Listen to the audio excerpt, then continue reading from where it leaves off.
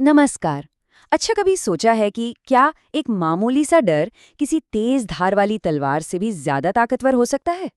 आज हम एक ऐसी ही बड़ी दिलचस्प कहानी में उतरने वाले हैं, जो एक चालाक राजा और उनके बुद्धिमान मंत्री के जरिए हमें शक्ति और मनोविज्ञान के बड़े गहरे सबक सिखाती है। चलिए, तो इसी बड़े सवाल से शुरू करते हैं। क्या वाकई बुद्धिमानी तलवार से ज्यादा ताकतवर हो सकती है? सदियों से ना ये सवाल बड़े बड़े शासकों और विचारकों को परेशान करता आया है। ये कहानी हमें इसी सवाल के जवाब की तरफ ले जाती है और सोचने पर मजबूर करती है कि भाई असली ताकत आती कहाँ से है। तो हमारी कहानी शुरू होती है सुंदरगढ़ नाम के एक बहुत ही अमीर और खुशहाल राज्य से। लेकिन सुंदरगढ़ की असली शान उसके महल या उसके खजाने नहीं थे, बल्कि वो अजेय जोड़ी थी जो इस राज्य को चला रही थी। तो इस जोड़ी में एक तरफ थे राजा वीरेंद्र सिंह, जो जाने जाते थे अपनी चालाकी और दूर की सोच के लिए, और दूसरी तरफ उनके मंत्री हरिदास, जिनकी बुद्धिमानी और ईमानदारी की तो मिसालें दी जाती थीं। जरा सोचिए, जब राजा का तेज दिमाग और मंत्री की रणनीतिक सोच एक साथ मिल जाती थी, तो वो एक ऐसी ताकत बन जाते थे जिसे कोई हरा ही नहीं सकता था। और हाँ, बहुत जल्द ही इस जोड़ी की आजमाइश का वक्त भी आ गया। एक दिन दरबार में एक व्यापारी पहुंचा, बड़ा घबराया हुआ। उसका बेशकीमती हीरा चोरी हो गया था। और सबसे बड़ी उलझन ये थी कि शक किसी बाहरी पर नहीं था, बल्कि उसके अपने ही 5 भरोसेमंद नौकरों पर था। तो इस गुत्थी को सुलझाने के लिए मंत्री ने जो तरीका अपनाया ना, उसे कहते हैं जादुई छड़ी का राज। पर जैसा कि हम आगे देखेंगे, इसमें जादू जैसा कुछ था ही नहीं। ये तो पूरी तरह से एक शानदार दिमागी खेल था। जब राजा ने ये केस मंत्री हरिदास को सौंपा, तो उनका जवाब ही उनकी सोच को दिखाता है। उन्होंने कहा, महाराज, काम थोड़ा मुश्किल जरूर है, लेकिन नामुमकिन तो बिल्कुल नहीं है। ये सिर्फ उनका कॉन्फिडेंस नहीं था, बल्कि ये इस बात का इशारा था कि उनके दिमाग में एक प्लान पहले से ही चल रहा था। अब मंत्री का प्लान सुनने में तो बड़ा सिंपल था, पर था बहुत गहरा। पहला स्टेप, 5 नौकरों को दरबार में बुलाया गया।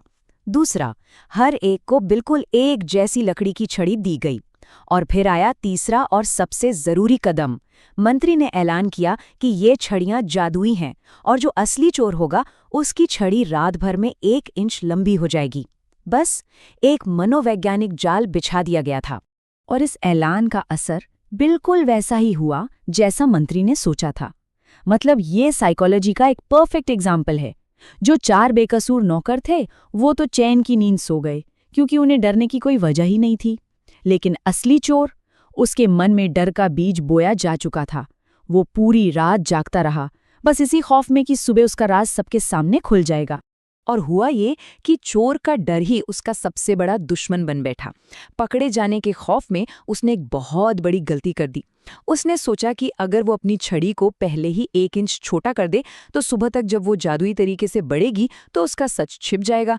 मतलब उसकी अपनी ही चाल उसी को फंसाने वाली थी। जरा अगली सुबह का सीन सोचिए। जब मंत्री ने सबकी छड़ियों की जांच की, तो उन्हें ज्यादा कुछ देखने की जरूरत ही नहीं पड़ी। 4 छड़ियां बिल्कुल एक बराबर थीं, लेकिन एक छड़ी साफ साफ छोटी थी।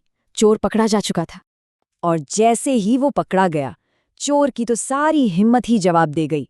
बिना किसी और सवाल जवाब के वो सीधा घुटनों पर गिर पड़ा और अपना गुनाह कबूल कर लिया। मुझे माफ कर दीजिए महाराज, मैंने ही हीरा चुराया था। तो ये मामला तो सुलझ गया, पर यह हमें एक ज्यादा बड़े और गहरे सवाल पर ले आता है। इस पूरी कहानी में, और शायद असल जिंदगी में भी, सबसे ज्यादा ताकतवर चीज आखिर है क्या? और यहीं पर मंत्री ने राजा को इस पूरे प्लान का राज बताया। उन्होंने कहा, महाराज, कोई भी छड़ी जादुई नहीं थी। मैंने तो सिर्फ चोर के मन में डर पैदा किया था। असली चोर अपने ही डर के जाल में फंसकर गलती कर बैठा। ये कोई जादू नहीं था, ये तो प्योर साइकोलॉजी थी।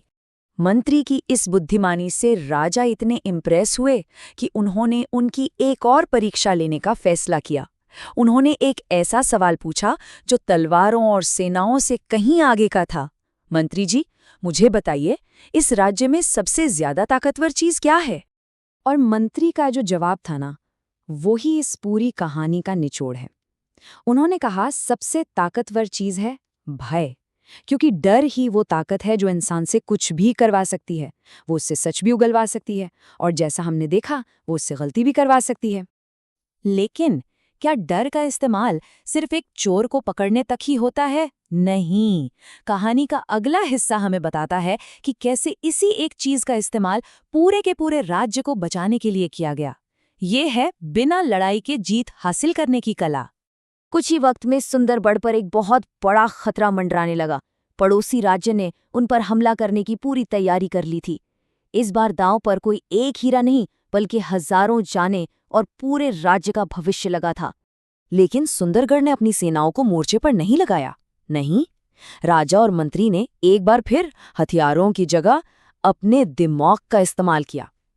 उन्होंने दुश्मन को सिर्फ एक संदेश भेजा, एक ऐसा संदेश जिसमें किसी सेना का जिक्र नहीं था, बल्कि एक ऐसी रहस्यमयी गुप्त शक्ति का जिक्र था जो बिना लड़े ही पूरी सेना को खत्म कर सकती है।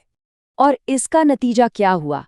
दुश्मन राजा असली हथियारों से लड़ने के लिए तो तैयार था, पर एक अनजान शक्ति के डर ने उसे घुटनों पर ला दिया। उसने हमला करने का इरादा ही छोड़ दिया।